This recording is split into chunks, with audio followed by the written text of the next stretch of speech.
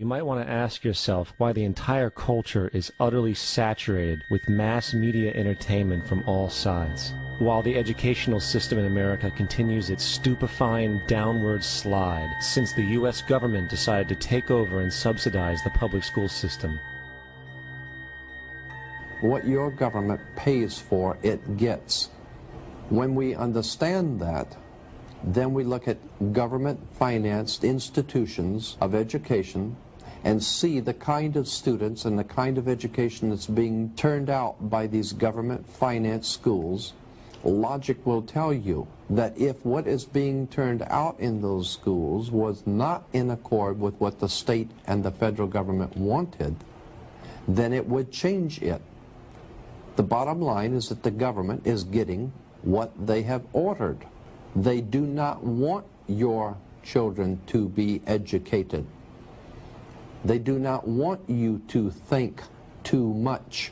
That is why our country and our world has become so proliferated with entertainments, mass media, television shows, amusement parks, drugs, alcohol, and every kind of entertainment to keep the human mind entertained, so that you don't get in the way of important people by doing too much thinking. You had better wake up and understand that there are people who are guiding your life and you don't even know it. We're in a lot of trouble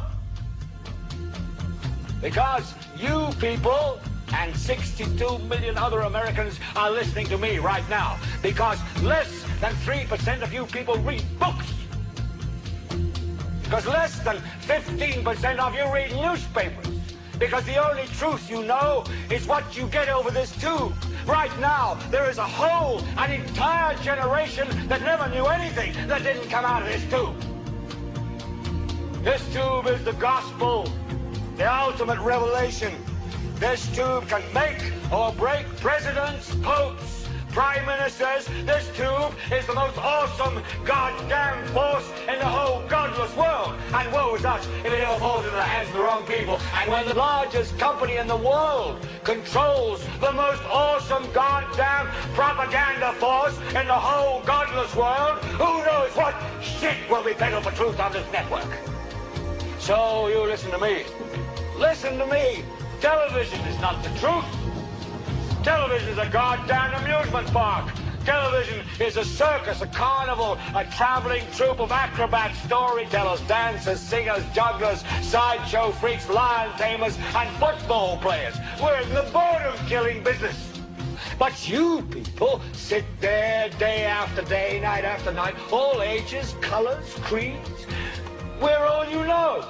You're beginning to believe the illusions we're spinning here. You're beginning to think that the tube is reality and that your own lives are unreal. You do whatever the tube tells you. You dress like the tube. You eat like the tube. You raise your children like the tube. You even think like the tube. This is mass madness, you maniacs. In God's name, you people are the real thing. We are the illusion. The last thing the men behind the curtain want is a conscious, informed public capable of critical thinking, which is why a continually fraudulent zeitgeist is output via religion, the mass media, and the educational system. They seek to keep you in a distracted, naive bubble, and they are doing a damn good job of it. In 2005, an arrangement between Canada, Mexico, and the United States was made. This arrangement, unannounced to the public, unregulated by Congress, merges the United States, Mexico, and Canada into one entity, erasing all borders. It's called the North American Union. You might want to ask yourself why you've never heard of this. In fact, there is only one mainstream reporter who has actually heard of and has had the courage to cover this issue. The Bush administration's open borders policy and its decision to ignore the enforcement of this country's immigration laws is part of a broader agenda. President Bush signed a formal agreement that will end the United States as we know it, and he took the step without approval from either the U.S. Congress or the people of the United States. It's a deal that few have even heard of. It's being done again by very few people at the very top on behalf of the investment class, but the working class of people, political officials across our country, from communities, from cities and so forth, they don't know anything about this. This isn't some trade agreement. It is a total removal of sovereignty from these countries, which will also result in a completely new currency called the Amero. Fall. Apart from that, I think one thing people who are dollar-based need to focus on is the Amero. That's the one thing that nobody's talking about that I think is going to have a big impact on everybody's life in Canada, the U.S., and Mexico. The Amero is the proposed new currency for the North American community, which is being developed right now between Canada, the U.S., and Mexico to make a borderless community, much like the EU, and the dollar, Canadian dollar, U.S. dollar, and the Mexican peso replaced by the Amero. By default of this agreement, the American Constitution will eventually be obsolete. You would think that a situation like this would be on the cover of every major newspaper. That is until you realize that the people who are behind this movement are the same people behind the mainstream media, and you are not told what you're not supposed to know. The North American Union is the same concept as the European Union, the African Union, and the soon-to-be Asian Union, and the same people are behind all of them. And, when the time is right, the North American Union, the European Union, the African Union, and the Asian Union will be merged together, forming the final stages of a plan these men have been working on for over 60 years. A one-world government.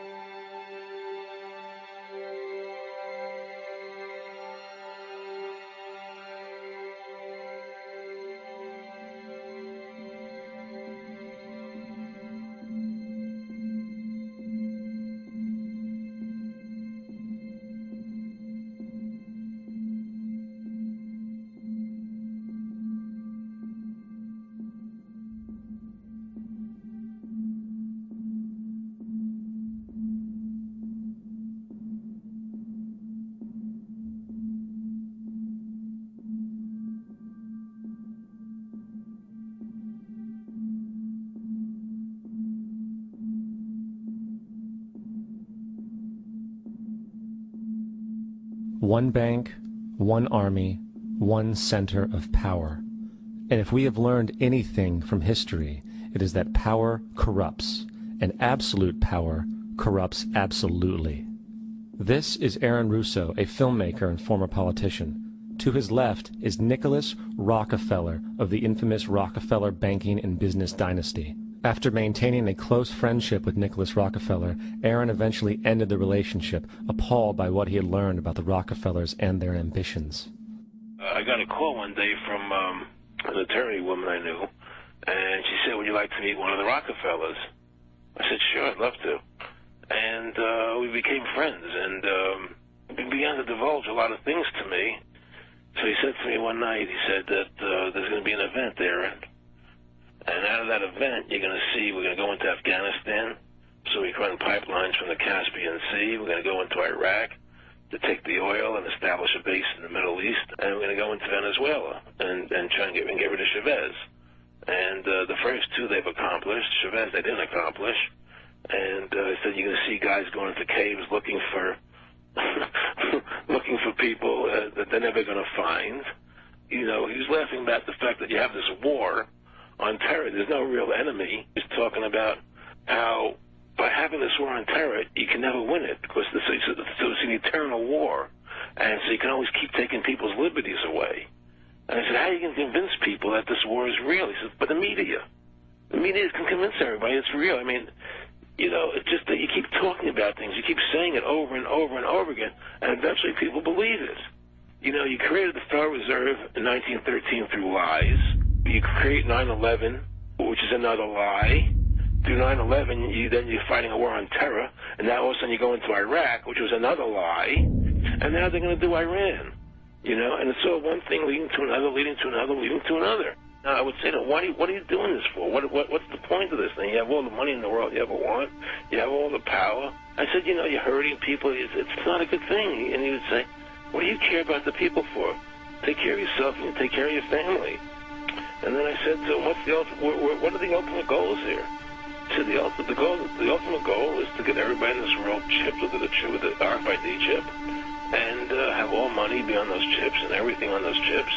And if anybody wants to protest what we do or violate what we want, we just turn off their chip.